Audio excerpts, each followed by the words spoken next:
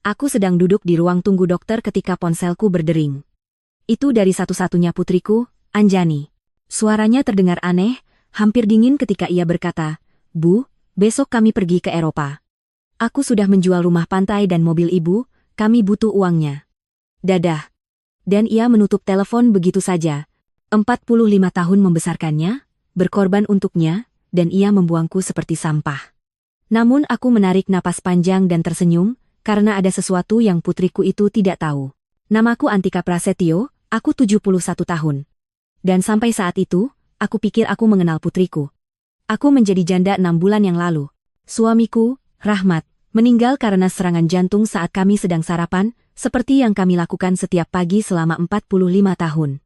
Pagi itu, ia membuatkan kopi susu dan roti panggang untukku. Seperti biasa, ia mencium keningku dan berkata, "Selamat pagi, cintaku." Itu adalah kata-kata terakhirnya. Sejak saat itu, Anjani lebih sering datang menemuiku atau begitulah yang kupikirkan. Ia datang 3 kali seminggu. Ia membantuku mengurus pemakaman dan menemaniku berbelanja. Ia bahkan menyarankan agar aku memeriksakan kesehatan.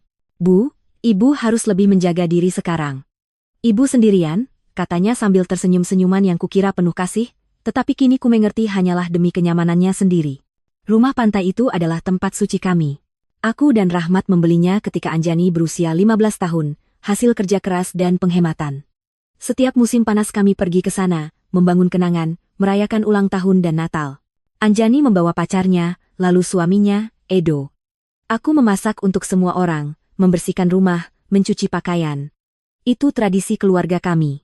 Aku tidak pernah menyangka ia memandangnya hanya sebagai uang. Dan mobil itu truk Ford tua yang dirawat Rahmat seperti anaknya sendiri.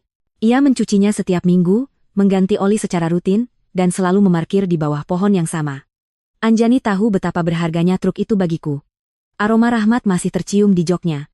Ketika teleponnya tertutup, aku tetap duduk di kursi plastik hijau yang tidak nyaman itu, di antara orang-orang sakit lainnya. Dan untuk pertama kalinya dalam berbulan-bulan, aku tidak menangis. Ada sesuatu yang aneh terjadi di dalam diriku. Sebuah ketenangan yang tak kurasakan sejak Rahmat meninggal. Karena saat itu, aku teringat sesuatu yang benar-benar kulupakan. 3 hari sebelum ia meninggal, Rahmat memberiku sebuah amplop coklat. "Antika, simpan ini di laci lemari. Kalau terjadi sesuatu padaku, bukalah nanti, setelah kau merasa siap." Aku menyimpannya tanpa berpikir. Setelah pemakaman, dengan semua kesedihan dan urusan, aku benar-benar lupa. Namun amplop itu masih ada, menungguku di rumah. Perawat memanggilku masuk. Dokter memeriksa dan mengatakan bahwa kesehatanku cukup baik untuk usiaku, aku hanya perlu lebih banyak istirahat dan makan lebih baik. Aku mengangguk dan tersenyum, tetapi pikiranku melayang. Aku memikirkan amplop itu, dinginnya suara Anjani, dan bagaimana Edo kemungkinan besar berada di balik semua ini. Ia tidak pernah menyukaiku, ia selalu menganggapku beban. Aku keluar dari klinik dan berjalan pelan ke halte bus. Aku tidak lagi punya mobil menurut Anjani. Tapi saat menunggu, aku justru tersenyum. Ada sesuatu yang terasa puitis dalam semua ini. Putriku pikir ia telah meninggalkanku tanpa apa-apa. Padahal ada sesuatu yang ia tidak tahu. Rahmat selalu menjadi pria yang memikirkan masa depan. Bus datang. Aku duduk di dekat jendela dan memandangi kota. Rumah-rumah, toko-toko, orang-orang yang terburu-buru, semua dengan tragedi dan rahasia masing-masing. Aku juga punya rahasia. Dan sebentar lagi akan kuungkap. Saat tiba di rumah, aku langsung menuju kamar. Kubuka laci lemari, dan amplop coklat itu ada di sana, tepat di tempat yang kutinggalkan. Tanganku sedikit bergetar saat mengambilnya. Aku bisa merasakan ada banyak dokumen di dalamnya. Rahmat menulis namaku di depan amplop itu dengan tulisan tangannya yang rapi. Aku duduk di ranjang yang telah kami bagi selama bertahun-tahun dan menarik napas panjang. Matahari mulai terbenam, bayang-bayang memenuhi rumah, tetapi aku sudah tidak takut lagi. Perlahan, aku membuka amplop itu, seolah membuka kado ulang tahun. Apa yang kutemukan di dalamnya mengubah segalanya. Ada dokumen legal, akta properti, sertifikat bank, dan sepucuk surat tulisan tangan dari Rahmat. Mataku berkaca-kaca saat membaca tulisan yang begitu kukenal. "Istriku Antika, jika kau membaca ini, berarti aku sudah tiada. Maaf karena aku tidak menceritakan semuanya semasa hidup, aku tidak ingin membuatmu khawatir. Bertahun-tahun, aku menginvestasikan tabungan kita dalam beberapa properti dan usaha. Kami tidak hanya punya rumah pantai. Kami punya 6 properti lainnya, termasuk gedung apartemen tempat Anjani dan Edo tinggal. Kami juga memiliki saham di 3 perusahaan yang nilainya jauh lebih besar dari yang bisa kubayangkan. Kau kaya, cintaku. Selalu kaya, hanya saja kini kau tahu di atas kertas. Tanganku bergetar saat melihat dokumen-dokumen itu. Ada sertifikat rumah di beberapa wilayah kota, 1 kondominium di pusat kota, sebuah motel kecil di pesisir, dan benar gedung apartemen 20 lantai tempat Anjani tinggal. Rahmat menjadi pemilik diam-diam selama 10 tahun terakhir, tetapi menempatkan semuanya atas nama sebuah perusahaan yang tidak kukenal. Dan menurut dokumen itu, aku adalah ahli waris tunggal perusahaan tersebut. Ada juga rekening bank yang tidak pernah kuketahui, dengan angka yang terasa tidak masuk akal. Rahmat memang sopir bus selama 40 tahun, tetapi rupanya ia juga investor yang sangat cerdas. Setiap rupiah yang kami tabung, setiap penghematan, setiap pengorbanan semuanya ia lipat gandakan diam-diam. Dan aku tidak pernah tahu. Dalam suratnya, Rahmat menjelaskan bahwa ia merahasiakannya agar aku tidak stres dan agar Anjani tidak berubah karena uang. Kau tahu sifat putri kita, Antika. Jika dia tahu kita punya banyak uang, sikapnya pasti berubah. Aku ingin dia mencintai kita apa adanya, bukan karena harta. Ironisnya, putriku meninggalkanku karena mengira aku tidak punya apa-apa padahal aku punya segalanya. Malam itu aku tidak bisa tidur. Aku berjalan keliling rumah, menyentuh perabot usang yang selalu dikritik Anjani. Aku melihat foto-foto keluarga di dinding, terutama foto ketika ia berusia 5 tahun, duduk di pangkuan Rahmat sambil tertawa. Kemana perginya gadis kecil manis itu? Kapan ia berubah menjadi dingin dan perhitungan? Keesokan paginya, telepon berdering. Itu Anjani lagi. Suaranya lebih lembut kali ini, tetapi aku sudah mengerti perubahan nada suaranya bukanlah ketulusan. Bu, bagaimana kabarnya? Kami sudah mentransfer uang hasil penjualan rumah dan mobil. Kami simpan bagian ibu di rekening ibu. Tidak banyak, tapi cukup untuk beberapa bulan, sambil mencari tempat tinggal yang lebih kecil. Bagian ibu? Tanyaku tenang. Iya, Bu, kami tidak mungkin meninggalkan ibu tanpa apa-apa. Kami berikan 30%. Itu adil, kan? Kami butuh sisa uangnya untuk investasi di Eropa. Edo punya peluang bisnis luar biasa. 30% dari barang milikku sendiri. Betapa murah hatinya. Baik, nak. Hati-hati di perjalanan. Ibu memang paling pengertian, kami sayang ibu. Dan ia menutup telepon. Aku berdiri sambil memegang ponsel. Untuk pertama kalinya aku tertawa-tertawa lepas seperti sejak Rahmat meninggal. Putriku merampokku, mengusirku dari rumahku sendiri, berbicara seolah aku ini beban, dan semuanya demi petualangan Eropa yang mungkin saja hanyalah mimpi kosong. Yang paling menyakitkan bukan uangnya, tetapi betapa mudahnya ia membuangku. Aku mengecek rekening bank online. Mereka benar-benar mengirimkan jumlah yang bagi mereka tampak royal, tetapi bagiku hanyalah penghinaan. Mereka menjual rumah pantai jauh di bawah harga, dan truk Rahmat dijual murah seolah tidak bernilai apa-apa. Sore itu, dari jendela, aku melihat Anjani dan Edo memasukkan koper mereka ke dalam taksi. Edo membawa 2 koper besar, Anjani membawa tas tangan mahal. Mereka tertawa, berciuman, dan merencanakan masa depan. Mereka bahkan tidak menoleh ke rumahku. Tidak ada salam perpisahan. Ketika taksi pergi, aku duduk di dapur dengan secangkir teh dan dokumen Rahmat di atas meja. Aku harus membuat keputusan. Aku bisa memanggil pengacara, mengambil kembali semua propertiku, dan mendapatkan kembali semuanya. Tapi ada cara yang lebih elegan. Lebih mendidik. Aku menghubungi Pak Putra, pengacara yang menangani urusan Rahmat. Ia hadir di pemakaman dan berkata aku boleh menghubunginya kapan saja. Puan Cika, apa kabar? Ada yang harus saya bicarakan Pak, saya butuh bantuan segera. Di kantornya, wajahnya berubah drastis saat melihat dokumen Rahmat. Bu Antika, ini jauh lebih besar dari yang saya kira. Semua ini milik ibu, dan penjualan rumah pantai ilegal. Kita bisa ambil kembali rumah itu, Bu? Dan ibu bisa menuntut putri ibu. Tidak, Pak Putra, tidak perlu. Saya ingin mengurus ini dengan cara lain, tanpa anak saya tahu. Ia mengangguk. Tentu. Apa yang ibu butuhkan? Saya ingin rumah pantai kembali. Diam-diam. Dan saya ingin kendali penuh atas semua properti saya terutama gedung di mana putri saya tinggal. Hawen, itu bisa diatur dalam beberapa minggu. Baik. Dan tolong. Tidak ada yang tahu siapa pemilik sebenarnya. Beberapa minggu berikutnya adalah minggu-minggu paling aneh dalam hidupku. Di mata tetangga, aku hanyalah janda miskin yang ditinggalkan putrinya. Tetapi diam-diam, aku wanita kaya yang mengambil kembali semuanya. Suatu hari Pak Putra menelpon. Bu Antika, rumah pantai sudah kembali. Penjualan dibatalkan. Aku tersenyum. Bagus. Manyo Taro. Lalu ia berkata, Gedung apartemen tinggal menunggu proses administrasi. Hari itu aku memutuskan naik bus menuju rumah pantai. Rumah itu masih cantik krem, kecil, menghadap laut. Aku duduk di seberang jalan, mengenang segala kenangan. Seorang pria tua keluar dan menghampiriku.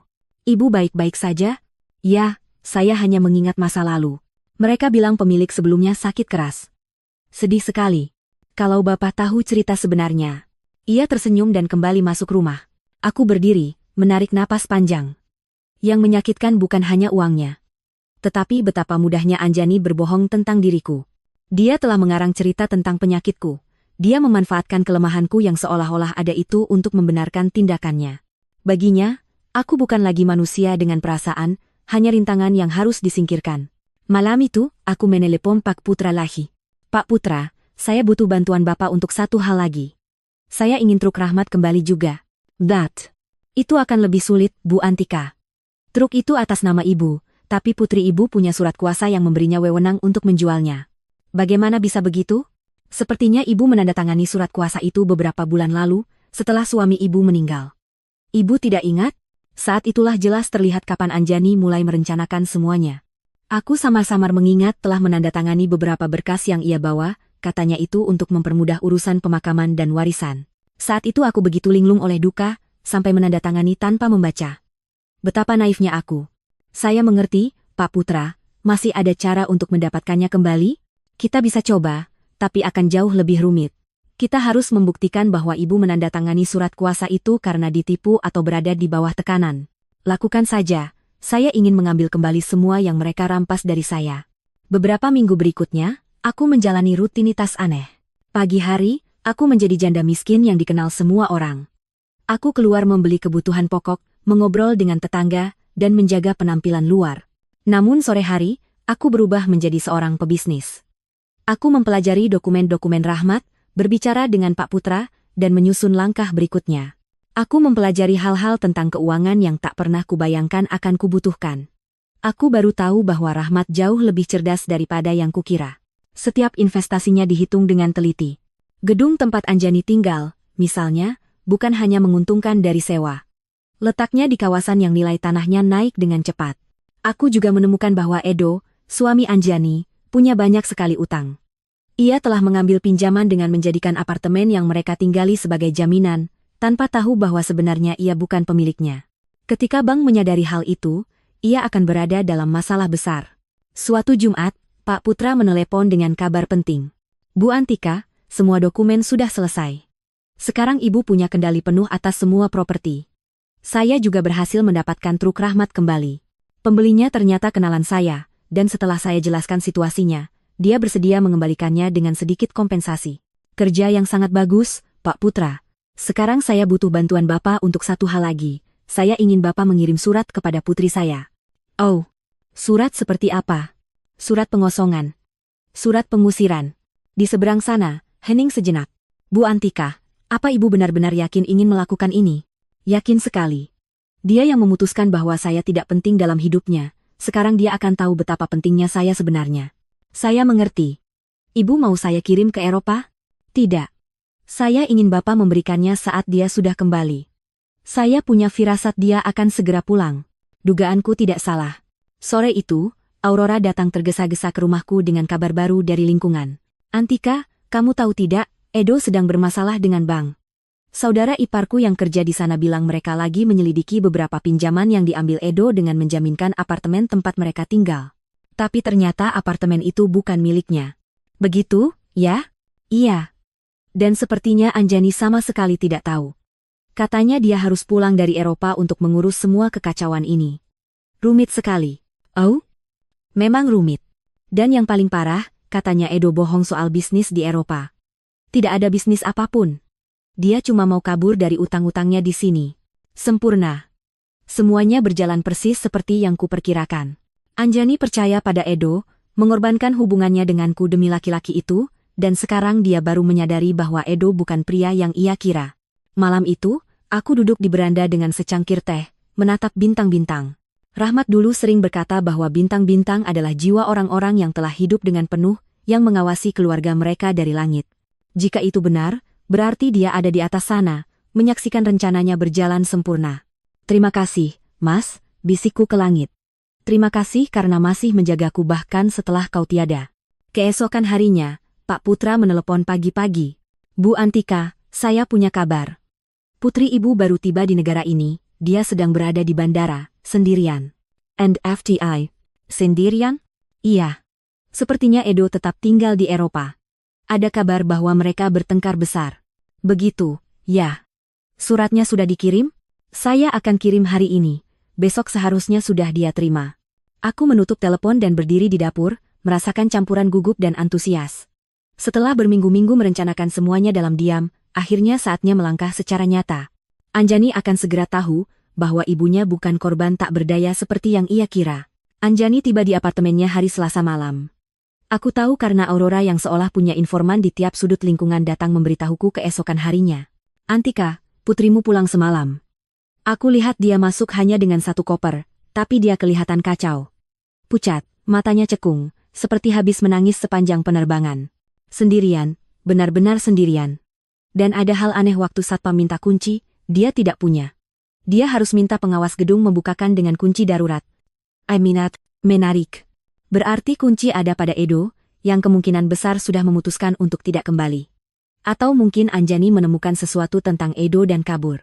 Apapun alasannya, putriku sudah pulang dan sebentar lagi ia akan menerima hadiah selamat datang kecil dariku. Sore itu, Pak Putra menelepon lagi. Bu Antika, suratnya sudah diserahkan 1 jam yang lalu. Satpam memastikan putri ibu menerimanya sendiri. Bagus. Kita beri waktu berapa lama? 30 hari untuk keluar dari apartemen, sesuai aturan hukum. Tapi, Bu Antika, ibu benar-benar yakin ingin melakukan ini? Bagaimanapun, dia putri ibu. Pak Putra, putri saya mengusir saya dari rumah saya sendiri dengan panggilan telepon 2 menit. Dia menjual barang-barang saya tanpa bertanya. Dia memperlakukan saya seperti sampah. Sekarang dia akan belajar bahwa setiap tindakan ada konsekuensinya. Saya mengerti. Saya hanya ingin memastikan ibu sudah mempertimbangkan semua akibatnya. Saya sudah memikirkannya, Pak, semuanya.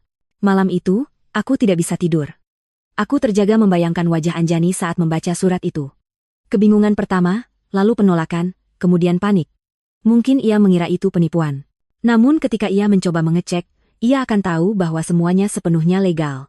Keesokan harinya, seakan sudah menunggu waktunya, telepon berdering pukul 8 pagi. Itu Anjani, dan suaranya terdengar putus asa. Bu, aku harus bicara dengan ibu, penting sekali. Selamat pagi, nak. Bagaimana Eropa? Bu, aku tidak punya waktu untuk itu sekarang. Kemarin aku dapat surat aneh. Di situ tertulis aku harus keluar dari apartemen dalam 30 hari. Pasti ada kesalahan, kan? Ibu tahu sesuatu tentang ini? Surat pengosongan, aneh sekali. Dari siapa? Dari sebuah perusahaan yang belum pernah aku dengar namanya. Namanya, sebentar, aku cari suratnya. Rahmat Investments, Inc. Ibu kenal perusahaan ini? Rahmat menamai perusahaan itu dengan namanya sendiri. Sungguh puitis. Tidak, nak. Ibu belum pernah dengar nama itu. Kamu yakin suratnya resmi? Itu yang mau aku cari tahu. Bu, aku butuh bantuan ibu. Aku tidak tahu harus bagaimana. Edo meninggalkanku di Eropa. Dia pergi dengan perempuan lain dan sekarang aku pulang, malah dapat surat seperti ini. Aku tidak mengerti apa yang terjadi. Datara. Di sanalah kepastiannya. Edo telah meninggalkannya. Mungkin saat uang habis, atau ketika ia sadar masalah hukum di sini jauh lebih serius dari yang ia kira. Kasihan Anjani. Ia mengorbankan keluarganya demi laki-laki yang tidak berharga. Aduh, ibu ikut sedih, nak. Kamu sekarang di mana? Aku di apartemen, tapi aku tidak tahu sampai kapan. Bu, boleh aku ke rumah ibu? Aku butuh bicara dengan seseorang. Aku tidak punya siapa-siapa lagi. Ironinya sempurna. Saat laki-laki yang membuatnya meninggalkanku membuangnya, barulah ia ingat ia masih punya ibu. Tentu saja, nak. Datang saja kapanpun kamu mau. Aku berangkat sekarang. Aku menutup telepon dan menatap diriku di cermin. Aku harus tampil sempurna untuk pertunjukan ini. Aku mengenakan gaun abu-abu paling sopan yang kumiliki, mengikat rambut dalam sanggul sederhana, dan melatih ekspresi seorang ibu yang cemas tetapi pasrah. Saat Anjani datang, ia akan melihat tepat apa yang ia bayangkan, seorang janda tua yang miskin dan rapuh, yang telah ia tinggalkan. Anjani tiba 1 jam kemudian. Saat kubuka pintu, aku terkejut melihat betapa buruk keadaannya. Ia terlihat lebih kurus, matanya cekung, pakaian mahalnya kusut dan tidak terurus. Matanya merah karena menangis. Bu, katanya. Sesaat aku kira ia akan memelukku, tetapi ia berhenti, seolah tiba-tiba ingat bagaimana ia dulu meninggalkanku. Masuk, nak. Mau kopi? Ayah, Bu, tolong. Kami duduk di dapur, di meja yang sama tempat aku dulu membaca dokumen Rahmat beberapa minggu lalu. Anjani tampak kecil di kursi itu, tersesat, seperti saat ia masih anak-anak dan datang mengeluh tentang masalah sekolahnya. Bu, aku minta maaf atas cara aku pergi dulu. Aku tahu aku memperlakukan ibu dengan buruk. Itu sudah lewat, nak. Belum. Aku jahat sama ibu. Aku bilang hal-hal kejam dan sekarang. Suaranya bergetar. Sekarang aku tidak punya siapa-siapa. Apa yang terjadi dengan Edo? Dia kabur dengan pelayan hotel umur 25 tahun di Paris. Ternyata tidak pernah ada bisnis di Eropa, Bu. Semua bohong. Dia cuma mau kabur dari utang di sini, dan memakai uang hasil penjualan rumah ibu untuk membiayai petualangannya. Semua utang itu? Iya, Bu. Banyak sekali. Ternyata selama ini dia ambil pinjaman bertahun-tahun, pakai apartemen tempat kami tinggal sebagai jaminan. Dan sekarang aku baru tahu apartemen itu bukan miliknya. Bagaimana bisa begitu? Inilah kesempatan yang kutunggu. Ibu tidak tahu, nah. Urusan kepemilikan begitu memang rumit. Masalahnya sekarang bank mengejar aku untuk semua utangnya. Mereka bilang karena kami menikah, aku juga ikut bertanggung jawab. Dan di atas itu, ada surat pengosongan ini. Bu, aku benar-benar tidak tahu harus bagaimana. Aku tidak punya uang. Tidak punya pekerjaan. Tidak punya tempat tinggal. Ia mulai menangis.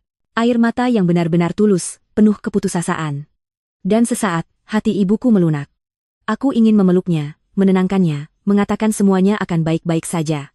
Tapi kemudian aku teringat dinginnya suara Anjani saat menelepon dari ruang tunggu dokter. Betapa mudahnya ia membuangku. Cara ia berbicara seolah aku beban. Kamu sudah bicara dengan pengacara soal surat itu? Aku tidak punya uang untuk pengacara, Bu. Semua uang habis di Eropa. Edo mengambil sisa yang kecil itu waktu dia kabur dengan perempuan itu. Lalu, kamu mau bagaimana? Aku tidak tahu. Aku pikir. Mungkin. Aku bisa tinggal dengan ibu dulu. Hanya sementara, sampai aku dapat kerja dan bisa menyewa tempat kecil. Itulah pertanyaan yang kutunggu-tunggu. Setelah mengusirku dari rumah sendiri, menjual barang-barangku, memperlakukanku seperti sampah, kini ia ingin aku menyelamatkannya. Ia ingin janda tua miskin yang ia ciptakan menjadi penolongnya. Tentu saja, nak. Rumah ini akan selalu jadi rumahmu. Anjani menatapku, terkejut, seolah tidak menyangka akan semudah itu. Serius, Bu? Setelah semua yang aku lakukan? Kamu tetap anak ibu, Anjani. Itu tidak akan berubah. Ia bangkit, dan kali ini ia benar-benar memelukku. Pelukan seseorang yang sedang tenggelam, dan berpegang pada satu-satunya benda yang tersisa. Aku membalas pelukannya, tapi bukan lagi dengan cinta tanpa syarat seperti dulu. Kini ada perhitungan di dalamnya. Strategi. Terima kasih, Bu. Aku janji akan segera cari kerja. Aku tidak mau menyusahkan ibu. Jangan pikirkan itu dulu. Istirahat, pulihkan diri, nanti kita bicarakan opsi-opsimu. Sore itu Anjani pulang ke apartemen untuk mengambil beberapa barang.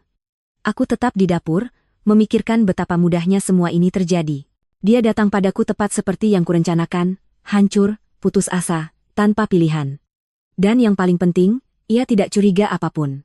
Baginya, aku masih ibu yang malang dan ditinggalkan, yang layak dikasihani.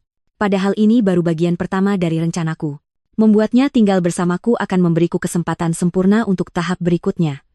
Aku akan membiarkannya merasa aman, merasa sudah menemukan tempat berlindung di rumahku. Lalu, saat ia paling lengah, aku akan mengajarinya perbedaan antara miskin karena pilihan dan miskin karena konsekuensi. Malam itu, aku menelpon Pak Putra. Pak Putra, saya butuh bantuan lagi. Silakan, Bu Antika. Saya ingin Bapak menyelidiki utang-utangnya Edo. Saya ingin tahu persis berapa banyak, kepada siapa saja, dan opsi hukum apa yang saya punya untuk memisahkan tanggung jawab itu dari putri saya. Itu akan memakan waktu, tapi bisa dilakukan. Bagus. Dan, Pak Putra, saya ingin semua ini benar-benar rahasia. Tidak boleh ada yang tahu saya yang menyuruh menyelidiki. Tentu, Bu. Bolehkah saya tanya, apa rencana akhir Ibu? Rencana saya sederhana, Pak Putra. Saya akan menyelamatkan putri saya. Tapi sebelum itu, dia harus benar-benar mengerti rasanya jatuh sampai ke titik paling bawah. Setelah menutup telepon, aku menuang segelas anggur yang dulu disimpan Rahmat untuk momen-momen istimewa. Sudah lama sekali aku tidak punya momen istimewa seperti ini. Permainan sudah dimulai, Dan untuk pertama kalinya dalam berbulan-bulan, semua kartu bagus ada di tanganku. Keesokan harinya, Anjani pindah ke rumahku. Ia datang dengan 2 koper dan 1 kardus, itulah semua yang tersisa dari hidup mewahnya. Aku memperhatikannya membongkar barang di kamar lamanya, kamar yang sama tempat ia tidur saat remaja dulu, dan aku bisa melihat rasa terhina di setiap gerakannya. Ia telah jatuh dari kondominium mewah ke kamar masa kecilnya sendiri. Bu, aku menemukan ini di apartemen, katanya sambil menunjukkan sebuah amplop coklat. Amplop ini ada di antara barang-barang Edo. Di depannya ada nama ibu. Itu adalah salah satu amplop Rahmat lagi. Jantungku berdegup lebih cepat, tapi aku tetap tenang. Namaku? Aneh juga. Iya, lihat. Ia menunjukkan amplop itu. Benar, di sana tertulis namaku dengan tulisan tangan Rahmat, tetapi amplop ini berbeda dari yang kutemukan di lemari. Amplop ini lebih kecil dan tampak lebih baru. Mungkin Edo menemukannya di antara barang-barang ayah waktu ayah meninggal dan lupa memberikannya ke ibu, kata Anjani. Mungkin. Boleh ibu lihat? Aku membuka amplop itu di hadapannya. Di dalamnya ada sepucuk surat pendek dan sebuah kunci kecil. Surat itu berbunyi, Antika, jika kau membaca ini setelah menerima amplop utama, berarti putri kita sedang mengalami masa sulit. Kunci ini untuk membuka kotak deposit di Bank Pusat Cabang Kota, nomornya 247. Di dalamnya ada sesuatu yang bisa membantumu menolong dia, tapi gunakan dengan bijak. Dengan cinta abadi. Rahmat. Anjani membaca surat itu di belakang bahuku. Kotak deposit? Ayah punya kotak deposit? Aku tidak pernah tahu. Aku juga tidak, aku berbohong. Ayahmu tidak pernah cerita soal ini. Ibu kira kita harus pergi melihat isinya? Aku tidak tahu, nak. Kadang lebih baik hal-hal tertentu dibiarkan seperti apa adanya. Tapi Bu, bisa saja di dalamnya ada sesuatu yang penting. Dokumen, atau mungkin sesuatu yang berharga yang bisa membantu kita. Nada putus asa dalam suaranya sangat jelas. Anjani berpegang pada kemungkinan sekecil apapun untuk keluar dari situasi ini, dan aku akan membiarkannya berpegang sedikit lebih lama sebelum menunjukkan seluruh kenyataannya. Baik, kataku setelah jeda yang terukur, besok kita pergi. Malam itu, aku dan Anjani makan malam bersama untuk pertama kalinya setelah sekian lama. Dia yang memasak, berusaha berguna, tapi masakannya terasa seperti campuran rasa bersalah dan keputusasaan. Ia menceritakan lebih banyak detail tentang apa yang terjadi di Eropa, dan tiap ceritanya lebih buruk dari sebelumnya. Edo bohong soal semuanya Bu, bukan cuma soal bisnis, tapi juga soal utang. Aku pikir dia hanya punya sedikit utang, tapi ternyata jumlahnya lebih dari $100.000. Dan yang paling parah, dia menggunakan namaku untuk beberapa pinjaman tanpa sepengetahuanku. Lek, bagaimana bisa? Dia memalsukan tanda tanganku. Waktu kami menikah, aku memberikan beberapa dokumen supaya dia bisa urus rekening bersama kami. Aku tidak pernah menyangka dia akan memanfaatkannya untuk hal seperti ini. Kamu punya cara untuk membuktikan bahwa kamu tidak tahu? Aku tidak tahu, Bu. Semuanya terasa begitu rumit. Pihak bank bilang karena kami menikah, aku tetap bertanggung jawab atas semua utangnya. Dan soal cerai, lanjut Anjani. Aku bahkan tidak tahu Edo sekarang ada di mana. Dia menghilang begitu saja. Nomornya tidak aktif. Dia tidak membalas email. Tidak ada apa-apa. Seolah-olah dia lenyap dari dunia ini. Sempurna, pikirku. Edo kabur seperti tikus yang memang selalu ia jadikan dirinya sendiri, meninggalkan Anjani sendirian menghadapi konsekuensi dari tindakannya. Dalam satu sisi, dia justru membantuku. Sekarang, putriku merasakan persis apa yang kurasakan ketika dia bersekongkol meninggalkanku, dikhianati oleh seseorang yang sepenuhnya ia percayai. Aduh, ibu ikut sedih, nak. Ibu tidak tahu ternyata separah itu. Aku juga tidak tahu, Bu. Kupikir Edo mencintaiku. Kupikir kami akan membangun sesuatu bersama. Ternyata aku cuma jalan pintas baginya untuk mendapatkan uang dan dokumen. Anjani kembali menangis. Bagaimana aku bisa sebodoh ini? Kok bisa aku tidak menyadari siapa dia sebenarnya? Sungguh menggoda untuk mengatakan padanya bahwa sejak awal aku sudah melihat tanda-tandanya, bahwa aku sudah mencoba memperingatkannya kalau Edo tidak pernah tampak dapat dipercaya. Tetapi kalau aku mengatakan itu, topengku sebagai ibu yang penuh belas kasih dan rapuh akan runtuh. Cinta kadang bisa membutakan, nak. Jangan terlalu menyalahkan diri sendiri. Bla. Tapi Bu, aku bukan cuma menghancurkan hidupku sendiri. Aku menghancurkan hidup ibu juga. Aku memperlakukan ibu dengan buruk. Aku ambil rumah ibu, truk ibu, barang-barang ibu, dan semuanya itu untuk diberikan kepada laki-laki yang meninggalkanku di kesempatan pertama. Sekarang kita dua perempuan miskin yang berusaha bertahan hidup karena aku. Itu sudah lewat, Anjani. Kita akan baik-baik saja. Belum, Bu. Sekarang kita berdua dalam masalah karena kesalahanku. Ibu kehilangan semua yang ayah tinggalkan, dan aku kehilangan pernikahanku dan masa depanku. Kita dua perempuan miskin yang berusaha bertahan. Kalau saja dia tahu, pikirku. Saat ini aku punya lebih banyak uang daripada yang bisa ia bayangkan, aku adalah pemilik gedung tempat ia tinggal, dan aku bisa menyelesaikan semua masalahnya hanya dengan satu telepon. Tapi belum saatnya. Keesokan harinya, kami pergi ke bank. Anjani gugup, tapi penuh harapan. Aku mempertahankan peranku sebagai janda bingung yang tidak terlalu paham urusan keuangan. Pegawai bank membawa kami ke ruang kotak deposit, memverifikasi identitasku, lalu membuka kotak nomor 247. Di dalamnya ada perhiasan, banyak perhiasan, cincin, kalung, gelang, anting. Aku mengenali beberapa sebagai warisan keluarga Rahmat, yang lain sama sekali baru bagiku. Ada juga sepucuk surat yang menjelaskan asal-usul tiap perhiasan dan perkiraan nilainya. Anjani tergangga. Bu, ini pasti nilainya besar sekali. Kamu pikir begitu?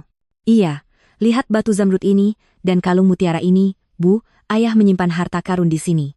Menurut surat Rahmat, perhiasan itu bernilai sekitar $200.000. Jumlah yang besar, tetapi tidak seberapa dibandingkan seluruh aset lain yang kumiliki. Rasanya seperti menemukan beberapa koin di bawah sofa ketika sebenarnya kau punya jutaan di rekening. Apa yang akan kita lakukan dengan semua ini, Bu? Aku tidak tahu, Nat. Ini semua kenangan keluarga. Tapi Bu, kita bisa menjual sebagian. Dengan uang ini, Ibu bisa menebus rumah pantai, dan aku bisa membayar sebagian utang Edo. Disitulah lagi-lagi pola lamanya muncul. Bahkan ketika menemukan sesuatu yang berharga, reaksi pertama Anjani adalah memikirkan bagaimana menggunakannya untuk menyelesaikan masalah yang dibuat Edo. Dia belum benar-benar belajar. Kamu yakin mau memakai warisan ayahmu untuk membayar utang Edo? Pilihan apa lagi yang kupunya, Bu? Kalau aku tidak segera membayar, bank akan menyita semua yang kumiliki, dan secara teknis, aku tidak punya apa-apa, semuanya atas nama Edo. Pikirkan baik-baik, Nak. Setelah kamu menjual perhiasan ini, kamu tidak bisa mendapatkannya kembali. Aku tahu. Tapi apa yang bisa kulakukan? Aku tidak bisa mendapatkan pekerjaan dengan semua kasus hukum ini menggantung. Tidak ada perusahaan yang mau mempekerjakan orang dengan masalah legal sebanyak ini. Kami membawa pulang perhiasan itu. Anjani menghamparkannya di meja dapur dan memeriksa satu persatu. Menghitung mana yang bisa ia jual dan mana yang ia simpan. Menyakitkan melihatnya mereduksi puluhan tahun sejarah keluarga menjadi angka di lembar catatan. Bu, sepertinya aku bisa mendapatkan sekitar $180.000 dari perhiasan ini, katanya suatu sore, sambil menghitung uang di meja dapur. Memang lebih sedikit dari yang kuperkirakan, tapi cukup untuk membayar utang yang paling mendesak. Kamu yakin mau melakukan ini? Aku tidak punya pilihan. Kalau aku tidak segera membayar sesuatu, mereka akan menyita semuanya. Bahkan rumah ini bisa ikut terancam kalau mereka membuktikan ada hubungan hukumnya dengan properti lain. Betapa ironis situasi ini. Anjani khawatir kehilangan rumah yang sebenarnya milikku, sedang ia membayar utang laki-laki yang meninggalkannya, dengan uang dari perhiasan milik laki-laki yang sama, yang telah menciptakan seluruh kekayaan yang bisa menyelamatkannya. Lalu, bagaimana kamu memutuskan utang mana yang dibayar dulu? Aku bicara dengan penasihat keuangan gratis di bank. Dia bilang aku harus utamakan utang yang pakai jaminan sungguhan, karena itu yang bisa langsung berujung pada penyitaan properti. Nyen. Anjani banyak sekali berubah dalam beberapa minggu ini. Perempuan yang dulu menjual barang-barangku tanpa bertanya, kini meneliti dengan hati-hati setiap keputusan keuangan. Derita membuatnya lebih bertanggung jawab, tapi juga lebih rapuh. Malam itu, ketika ia sedang menyusun dokumen utangnya di meja, aku menerima telepon dari Pak Putra. Bu Antika, saya punya laporan lengkap soal utang-utang Edo. Keadaannya lebih buruk daripada yang saya perkirakan. Oh? Seberapa buruk? Dia berutang lebih dari $200.000 ke beberapa bank dan juga ke pemberi pinjaman pribadi. Yang lebih mengkhawatirkan, dia memakai dokumen palsu dengan tanda tangan putri ibu untuk beberapa pinjaman itu. Artinya Anjani secara hukum ikut bertanggung jawab? Rumit, Bu.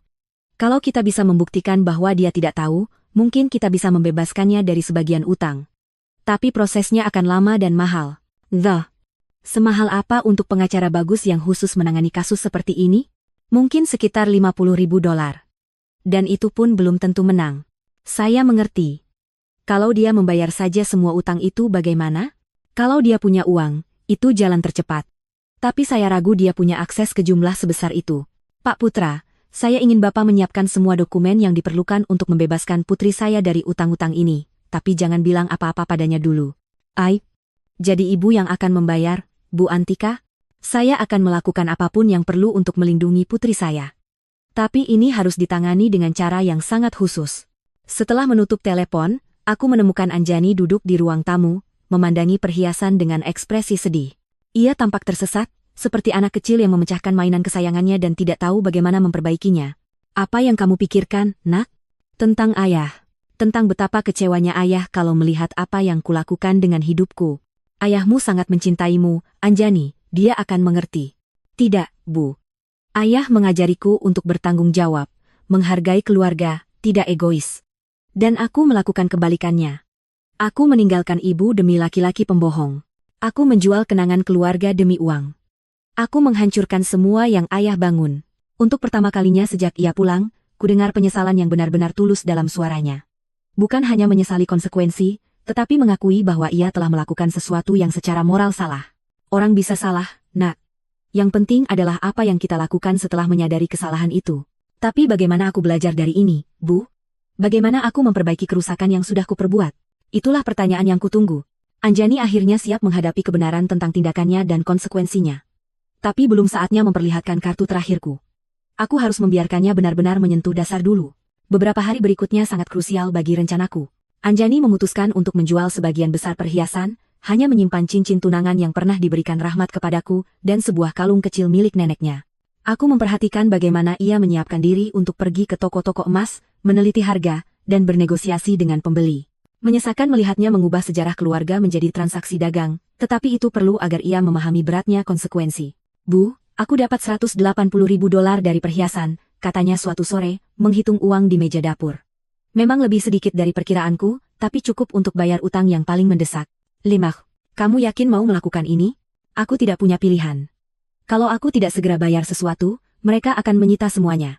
Bahkan rumah ini bisa terancam kalau mereka membuktikan aku punya hubungan hukum dengan properti itu. Lagi-lagi, betapa ironis. Anjani takut kehilangan rumah yang sebenarnya milikku, demi membayar utang laki-laki yang meninggalkannya, memakai uang dari perhiasan milik laki-laki yang membangun kekayaan yang bisa menyelamatkannya. Lalu, bagaimana kamu memutuskan utang mana yang dibayar dulu? Aku sudah bilang, Bu. Penasihat di bank menyuruhku bayar dulu utang yang pakai jaminan sungguhan, itu yang paling berbahaya. Malam itu, sementara ia kembali menyusun dokumen, telepon berdering lagi. Pak Putra. Bu Antika, saya punya kabar penting. Kami berhasil melacak keberadaan Edo. Di mana dia? Di Paris, seperti yang putri ibu duga. Tapi bagian menariknya bukan itu. Dia sedang berusaha mengurus izin tinggal di Perancis lewat pernikahan palsu dengan perempuan muda yang diceritakan putri ibu. Pernikahan palsu? Iya. Sepertinya gadis itu butuh dokumen, dan dia butuh cara untuk tinggal di Eropa tanpa dideportasi. Yang paling penting, kami menemukan bukti bahwa dia dengan sengaja memalsukan dokumen putri ibu dengan niat kabur dari negara ini. Artinya Anjani bisa lepas dari semua utang? Dengan bukti ini, iya. Kita bisa buktikan unsur penipuan dan paksaan. Putri ibu tidak perlu membayar apapun atas utang yang diambil Edo di belakangnya. Sempurna. Aku punya cara untuk menyelamatkan Anjani dari semua utangnya secara legal, tanpa membuatnya curiga bahwa aku punya uang untuk melakukannya. Pak Putra, saya ingin Bapak segera mulai proses hukum, jangan bilang apa-apa pada putri saya dulu. Saya ingin prosedurnya selesai dulu sebelum saya beritahu. Saya tidak mau memberinya harapan palsu. Baik Bu, proses ini mungkin memakan waktu sekitar 3 minggu sampai 1 bulan. Bagus. Saat kututup telepon, Anjani menatapku penasaran. Itu tadi siapa, Bu? Seorang ibu-ibu yang mencari Bu Ratih, tetangga kita di pojokan. Salah sambung. Berbohong sudah menjadi mudah. Setiap hari yang lewat, aku merasa semakin nyaman dengan kehidupan ganda ini. Di satu sisi, aku adalah ibu malang yang ditinggalkan, seperti yang Anjani percayai. Di sisi lain, aku adalah perempuan kaya yang diam-diam mengatur penyelamatan dan pelajaran hidup untuk putrinya. Dalam 2 minggu berikutnya, aku menyaksikan Anjani bergumul dengan keputusan-keputusan yang dulu tak pernah harus ia hadapi, bagaimana menghemat uang belanja, bagaimana bernegosiasi dengan penagih, bagaimana mencari pekerjaan ketika riwayat kreditmu berantakan. Itu pendidikan yang keras, tapi perlu. Bu, hari ini aku ikut 3 wawancara, katanya suatu malam, pulang dengan kaki bengkak dan wajah letih. 2 menolakku karena masalah hukumnya belum selesai. Yang ketiga menawarkan kerja paruh waktu sebagai petugas kebersihan kantor malam hari. Kamu mau ambil? Aku tidak punya pilihan. Gajinya kecil, tapi lebih baik daripada tidak. Dan aku bisa kerja malam, supaya siang tetap bisa cari kerja lain. Lekamdo. Melihat putriku yang hidup nyaman selama lebih dari 40 tahun bersiap membersihkan kantor malam-malam, membuat hatiku nyeri. Tapi di sisi lain, aku bangga. Ia akhirnya menghadapi kenyataan tanpa berharap ada yang menyulap masalahnya hilang. Kamu yakin kuat kerja fisik seperti itu? Aku harus belajar. Aku tidak bisa terus menjadi beban ibu. Sudah cukup ibu menampungku di sini gratis. Ini rumahmu juga, Anjani. Bukan, Bu, ini rumah ibu. Aku di sini karena kebaikan ibu. Tapi aku tidak mau memanfaatkan itu selamanya. Suatu malam, ketika Anjani sedang menjalani shift pertama bersih-bersih kantornya, Aurora datang berkunjung. Ia duduk di dapur, menatap foto-foto keluarga di dinding sambil menyeruput teh. Antika, aku mau tanya sesuatu. Kamu sudah tahu dari awal kalau Anjani bakal pulang dalam kondisi begini? Maksudmu? Waktu dia pergi, dia kelihatan begitu yakin, begitu sombong. Dia bicara tentang hidup hebat yang akan dia punya di Eropa, tentang betapa suksesnya Edo. Sekarang dia pulang, hancur, kerja bersih-bersih, tinggal denganmu lagi.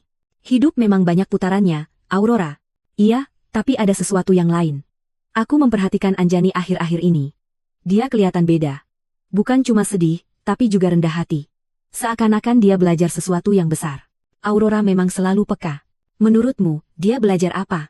Menurutku, dia belajar menghargai hal-hal yang dulu dia anggap sepele, seperti punya ibu yang mencintainya tanpa syarat.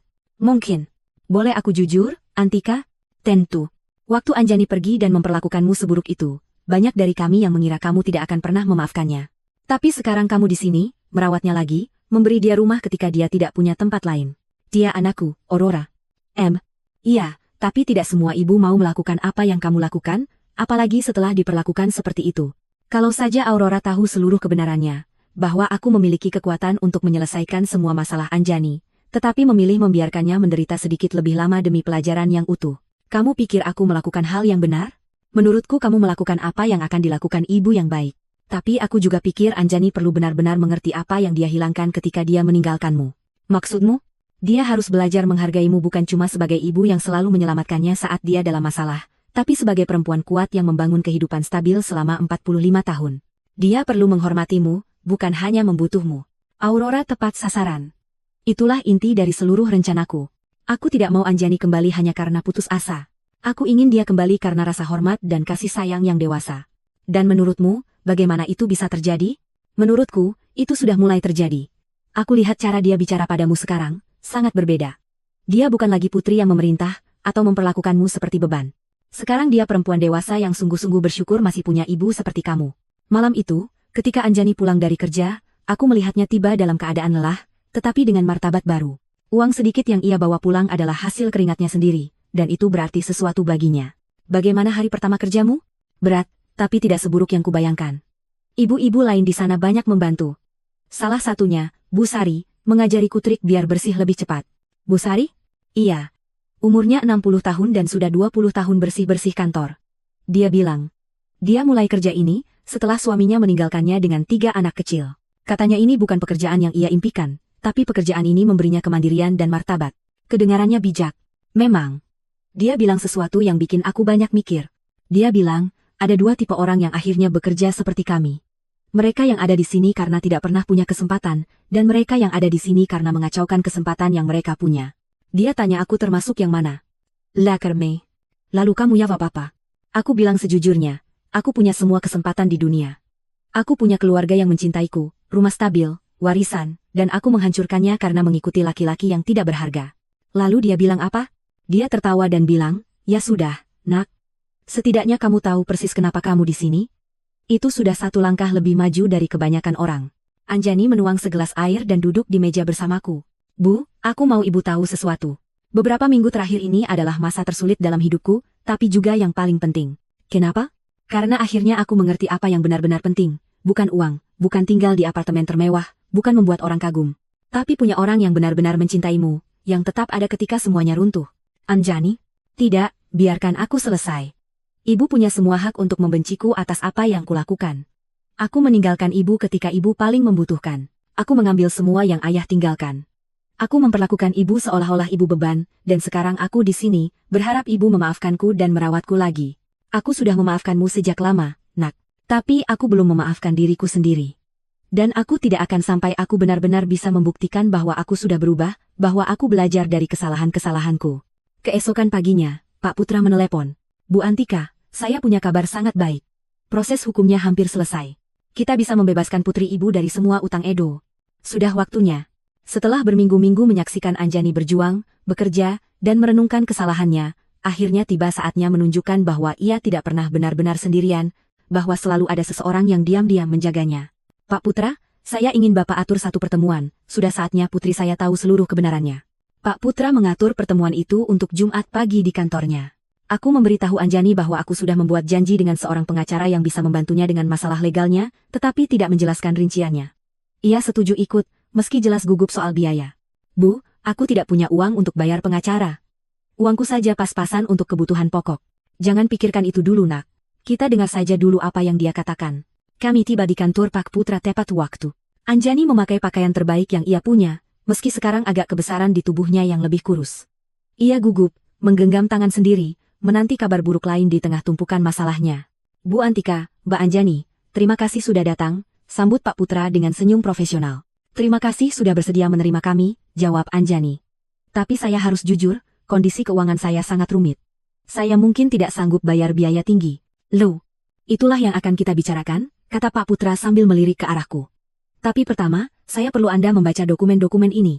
Ia menyerahkan satu map tebal pada Anjani. Putriku membukanya dan mulai membaca. Perlahan, ekspresinya berubah dari bingung, menjadi terkejut, lalu tak percaya. Aku tidak mengerti. Di sini tertulis bahwa Edo memalsukan tanda tanganku, bahwa ada bukti penipuan, bahwa aku tidak bertanggung jawab atas utang-utang itu. Betul, kata Pak Putra. Kami sudah menyelidiki kasus Anda beberapa minggu ini. Kami menemukan cukup bukti untuk membuktikan bahwa Anda korban pemalsuan identitas. Tapi bagaimana mungkin? Siapa yang membayar semua penyelidikan ini? Aku tidak punya uang. Pak Putra menatapku. Inilah saatku. Anjani, ada sesuatu yang harus ibu beritahu kamu. Apa, Bu? Aku menarik napas panjang.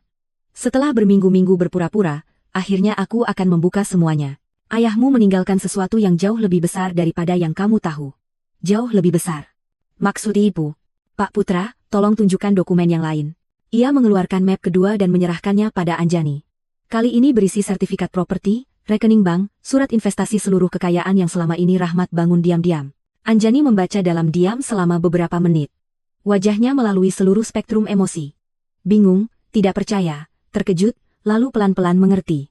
Bu, di sini tertulis bahwa ibu adalah pemilik gedung tempat aku tinggal dulu. Iya. Dan ibu punya properti lain, rekening bank, investasi. Iya. Ini berarti waktu aku menjual rumah pantai, sebenarnya itu rumah milik ibu, dan penjualannya ilegal. Aku sudah mengambilnya kembali. Anjani menatap dokumen-dokumen itu, mencoba memproses semuanya. Sudah berapa lama ibu tahu ini? Sejak hari kamu menelepon ibu dari ruang tunggu dokter. Labela. Jadi waktu aku pulang dari Eropa dan minta bantuan, ibu sudah tahu semuanya? Iya. Waktu ibu lihat aku menangis tiap malam, ibu tahu ibu bisa menyelesaikan semua masalahku? Iya. Hening yang panjang dan menekan memenuhi ruangan. Anjani menutup map dan menatap mataku lekat-lekat. Kenapa, Bu? Kenapa ibu membiarkanku menderita padahal ibu bisa menolongku? Inilah pertanyaan yang kutunggu selama berminggu-minggu. Karena kamu perlu belajar sesuatu yang tidak bisa kau pelajari dengan cara lain. Apa? Kamu perlu belajar nilai dari hal-hal yang sudah kamu buang. Nilai keluarga, rasa hormat, tanggung jawab. Waktu kamu meninggalkanku, yang kamu ambil bukan cuma uang, kamu mengambil martabat ibu. Kamu mengambil cinta. Kamu menghancurkan kepercayaan. Anjani mulai menangis lagi, tapi kali ini bukan tangis kasihan pada diri sendiri seperti selama ini. Ini tangis pemahaman yang dalam. Aku meninggalkan ibu ketika ibu paling membutuhkan. Ya. Aku memperlakukan ibu seperti sampah. Ya. Dan ibu tetap menyelamatkanku. Ya. Tapi bukan dengan cara yang kamu bayangkan. Ibu tidak menyelamatkanmu dengan memberi uang supaya kamu bisa mengulangi kesalahan yang sama. Ibu menyelamatkanmu dengan membiarkanmu jatuh sampai ke dasar, supaya kamu belajar menyelamatkan dirimu sendiri. Pak Putra dengan sopan menyela. Mbak Anjani, semua biaya hukum untuk membebaskan Anda dari utang Edo sudah dibayarkan oleh ibu Anda. Dia juga sudah mengambil kembali semua properti yang terjual secara ilegal. Jadi, Anda sekarang bebas dari masalah hukum. Lalu pekerjaan bersih-bersih yang aku ambil itu? Kamu boleh berhenti kalau mau, kataku. Tapi ibu berharap kamu tidak berhenti. Kenapa? Karena pekerjaan itu sedang mengajarkan sesuatu yang tidak pernah kamu pelajari ketika semuanya serba mudah. Pekerjaan itu mengajarkan nilai usahamu sendiri, martabat dari kerja jujur, pentingnya menghargai setiap rupiah yang kamu hasilkan. Anjani mengusap air matanya dan menatapku dengan ekspresi yang sudah lama tidak kulihat. Bukan tatapan anak yang butuh ibunya, tapi tatapan perempuan dewasa yang menghormati perempuan lain. Ibu memaafkanku? Ibu sudah memaafkanmu sejak lama, nak. Pertanyaannya, apakah kamu bisa memaafkan dirimu sendiri? Aku tidak tahu. Rasanya aku sudah melakukan hal-hal yang tidak termaafkan. Orang membuat kesalahan, Anjani. Yang penting adalah apa yang kita lakukan setelah menyadari kesalahan itu. Pak Putra meninggalkan kami berdua di kantornya selama beberapa menit. Kami duduk dalam diam, masing-masing tenggelam dalam pikiran. Bu, kata Anjani pelan, aku mau ibu tahu sesuatu. Meskipun ibu tidak punya semua uang ini, meskipun ibu benar-benar janda miskin seperti yang dulu kupikir, aku tetap akan belajar pelajaran yang sama. Pelajaran apa? Bahwa tidak ada yang lebih berharga daripada punya seseorang yang mencintaimu tanpa syarat.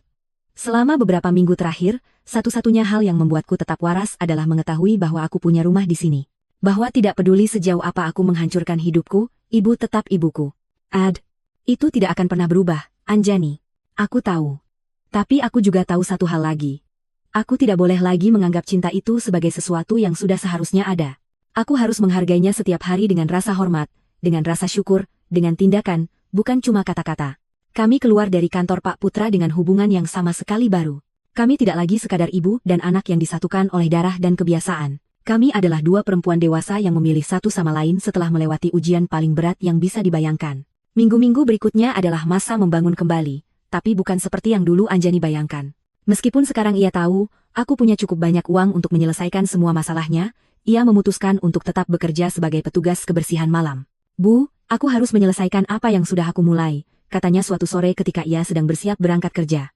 Aku tidak bisa begitu saja kembali ke hidup nyaman seolah tidak terjadi apa-apa. Kamu yakin? Kamu tidak harus menghukum dirimu selamanya. Ini bukan hukuman.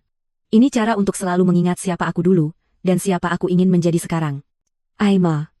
Aku memperhatikannya mengenakan seragam kerjanya, sesuatu yang beberapa bulan lalu tak terpikirkan saat ia tinggal di kondominium mewah bersama Edo. Tapi ada yang berbeda pada caranya berdiri, caranya melangkah. Ia bukan lagi perempuan hancur yang dulu datang menangis di depan pintuku. Ia adalah seseorang yang menemukan martabat dalam kerja jujur. Sore itu, Aurora datang berkunjung, seperti yang ia lakukan beberapa hari sekali sejak Anjani pulang. Antika, ada gosip aneh beredar di lingkungan kita.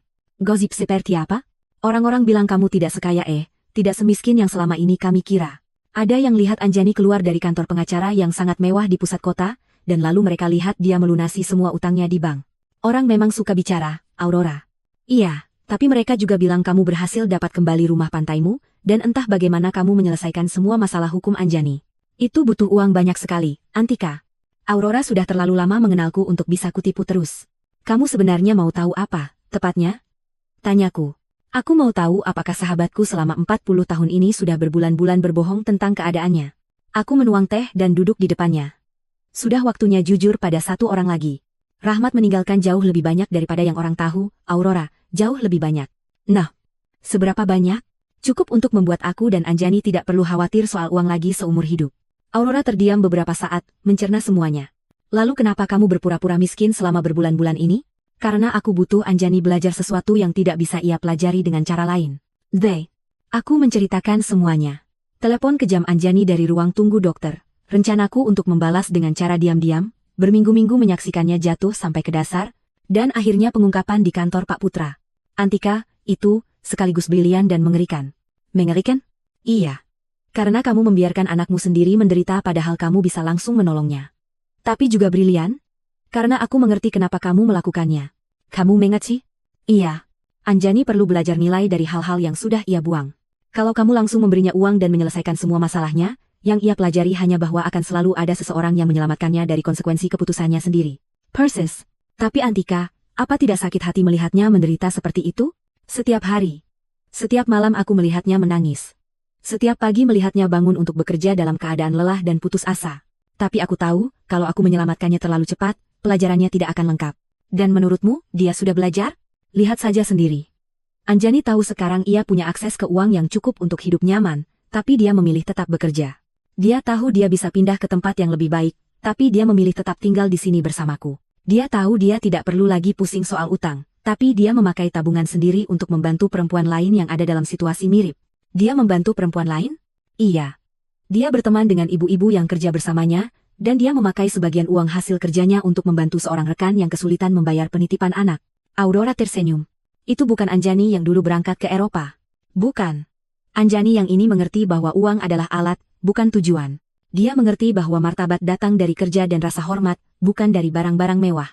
Malam itu, saat Anjani pulang kerja, ia menemukan aku sedang membaca di ruang tamu. Bu, aku mau cerita sesuatu. Hari ini Bu Sari bertanya apakah aku anak dari ibu kaya di daerah utara kota. Lalu kamu jawab apa? Aku bilang iya. Bahwa ibu punya cukup uang sehingga sebenarnya aku tidak harus bekerja. Laima?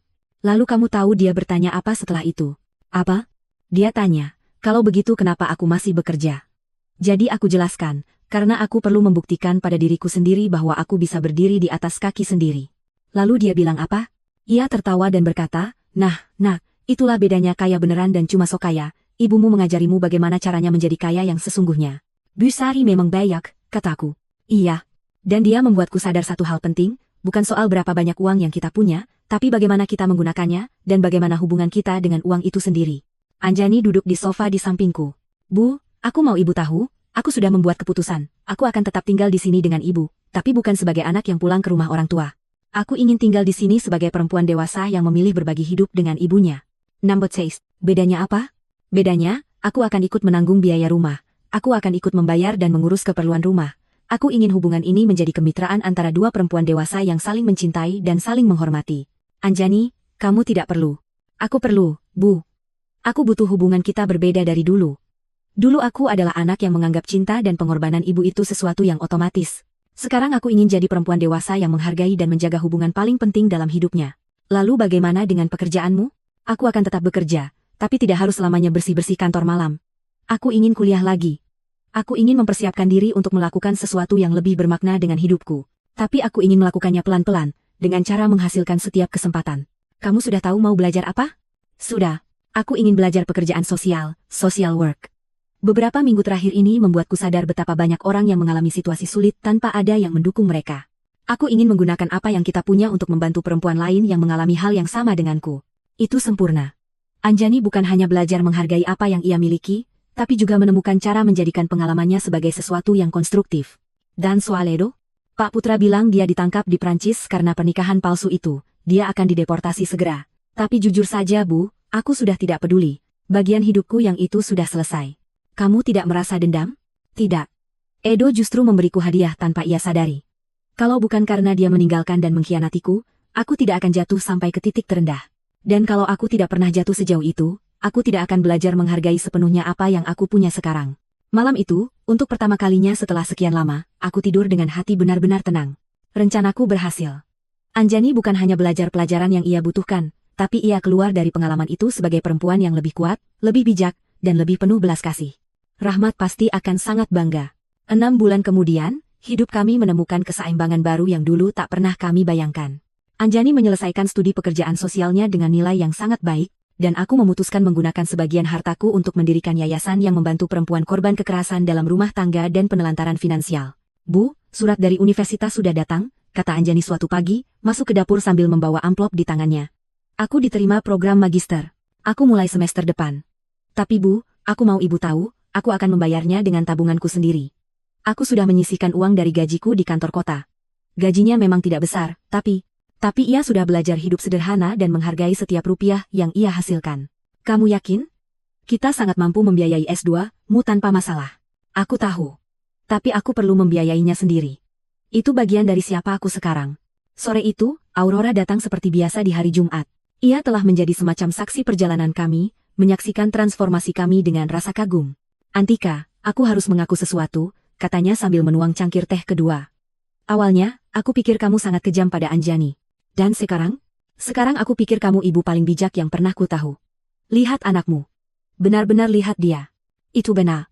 Anjani yang duduk di ruang tamu mengerjakan tugas kuliahnya adalah sosok yang sama sekali berbeda dari perempuan yang dulu berangkat ke Eropa. Anjani yang ini punya ketenangan yang datang dari dalam, keyakinan yang lahir dari pencapaian sendiri, bukan dari barang-barang yang ia miliki. Kamu tahu, kemarin aku lihat Anjani di toko sayur, beli bahan makanan untuk satu keluarga yang sedang dia bantu lewat pekerjaannya. Dia tidak cerita apa-apa padaku. Dia belum cerita padaku juga, jawabku.